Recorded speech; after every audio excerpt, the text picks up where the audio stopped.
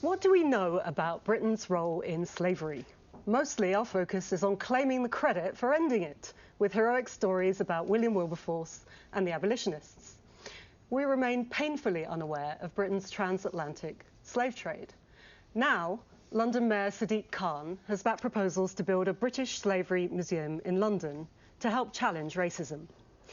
At least 12 million African people were forced into slavery, and Britain traded millions of these stolen lives, forcing them onto slave ships across the Atlantic in unimaginable conditions.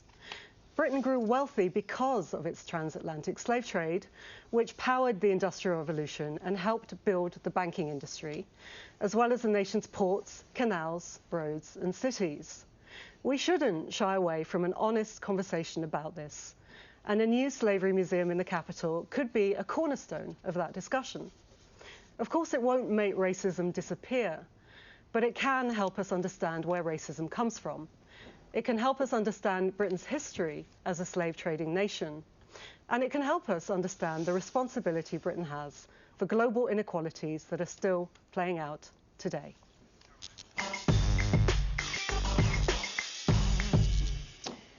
Rachel, I support a museum in the sense that it will be telling a very powerful story. But, I mean, don't kid yourself, it's going to help tackle or solve racism in any way, shape or form. Racism won't suddenly melt away because the powerful light of truth has been shone upon it. It's naive to think it will.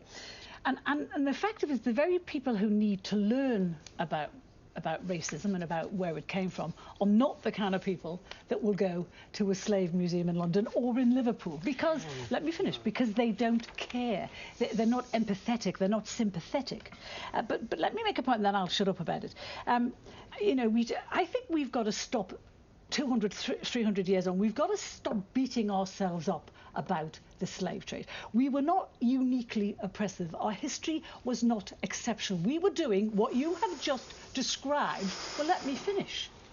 We were doing what you just described at a time when most societies were doing it, when it was normal for the strong to enslave the weak. That has changed. We can't change that. We can't change the past, but we can change the future. And I think this country has taken massive strides to change what happened in the past.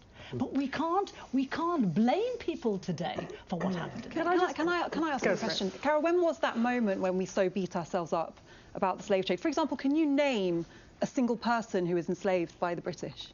Can I? Yeah. Well, of course not. What do you mean? There were probably 20 million Africans enslaved. Britain was, contrary to what you said, actually a pioneer in developing and industrialising the slave trade. It was a major slave trading nation, and actually, at a time when other nations weren't doing it, we were leading the way. Right, so if we've had this whole period where we beat ourselves up and it's time to move on, when was that, and who can you name, which of these millions of Africans that we enslaved, who were branded with our royal seal, because the royal family owned the company that enslaved them, which of them could you name? Tell me anything about any of their lives. You're putting a very emotional argument forward, and of course I don't know. But the people who will go to the slavery museum and learn about slavery are the people who will already have a very good idea about what happened hundreds of years ago. The people that Rachel's talking about, yourself that it might stop in that demographic group of people? Well, you said that the people who care. You're going to accuse me of being a racist. No, I've just asked you a question. Well, you asked me, do I know anyone who was enslaved? The answer to that question is no. Would you go to a museum? Of course I would. Well, then I think there would be a benefit in having a museum, because maybe you would learn because I'm not the story racist. Of an enslaved person. And that's why I go to a museum like that. Actually, I would. One of the reasons I would welcome a museum is that I also think that I have much to learn about this issue. When I went to the Museum of Slavery in Liverpool, I found that an incredibly informative experience, in the sense that we don't really know the extent to which it has powered this country. Let me finish, Carol. That the trade in slavery and slave-produced goods, cotton, sugar, tobacco, created the wealth in this country. It powered the Industrial Revolution. You are enlightened. Let me finish, Carol. Well, it powered the Industrial Revolution. It produced entire new industries, cotton manufacturing, sugar refining, it underwrote banking and insurance, it underwrote the coal industry and the steam industry. Let's get other voices in. Hang on, so I'm not saying, because I really want to finish, I'm not saying It's about guilt. It's not about guilt. It's about understanding Yeah. Britain's responsibility and role. And that will help I think having a British Slavery Museum in London doesn't necessarily imply that our role in history was unique. So I think that's a bit of a straw man in that nobody claimed that it means that we were uniquely to blame in history. I think it actually does serve an educational role. Yeah. The point you mentioned about racists wouldn't attend anyway, I think there is a point you're missing here, which is children would go to this museum and there'd be school trips, as there are to all museums. And of course, children can learn as they're growing about the history, and that stops on a preventative side. It can stop somebody growing to become a racist. So there's also a preventative measure there. Wait, let me finish my point. I want to answer that point. I want to answer that point. Put it in the school curriculum in that case. Teach kids about it from a very early age. But you're trying to argue against having a museum. No, I'm not. The very first words I said were, I support the idea. So what are you disagreeing with here? With what I just said. What is it you're disagreeing with? I just said children go to a museum. I'm disagreeing with that for suggesting I'm a racist. I just want to bring in Dr. Omar Khan, who's the director of the Runnymede Trust, on why a slavery museum in London would be a good idea. It's important that we reflect and commemorate on those times in the past when we and other nations failed to live up those values, because we learn more morally and politically from those times when we failed to live up to those values. It's not inevitable that we will always support democracy, equality, and freedom for everyone. I think that, fantastic, what a good idea. But can I just be assured, Rachel, that it would also, because it will show all the dark side, absolutely right, but it will also celebrate the fact that Britain was involved in bringing it to an end. The museum would show that as well.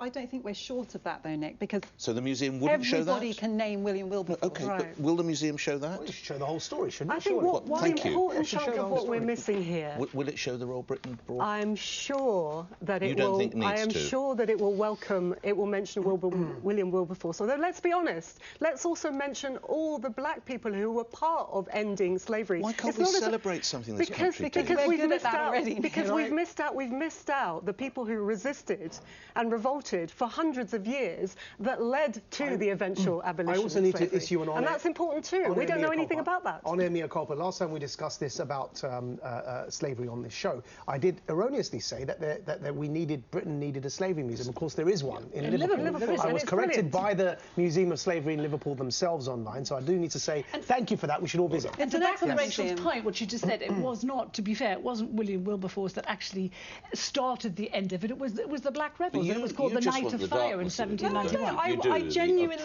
I'm actually making a documentary series that looks at the role of Africans in slavery, that looks at the role of black people in resistance, as Rachel was saying. Hundreds of rebellions on the high seas, mutinies, rebellions on plantations, things that we, as Britain, were absolutely against. We used our parliamentary democracy to try and stop black people claiming their lives. I want the whole story to be known because it is complex and it's also not tangential to our history. It is our history. It is absolutely essential to understanding our economy, our society, our politics, all of it. I would just say, Carol, you know, you said I called you racist, which I actually didn't, but I would just like to say... The suggestion was there. I would like to say, define racist, because to me, it's not this thing that terrible, bad thugs do. Racism is a system that has structurally and over centuries discriminated against people of colour, denied them resources, taken away their inheritance and their culture.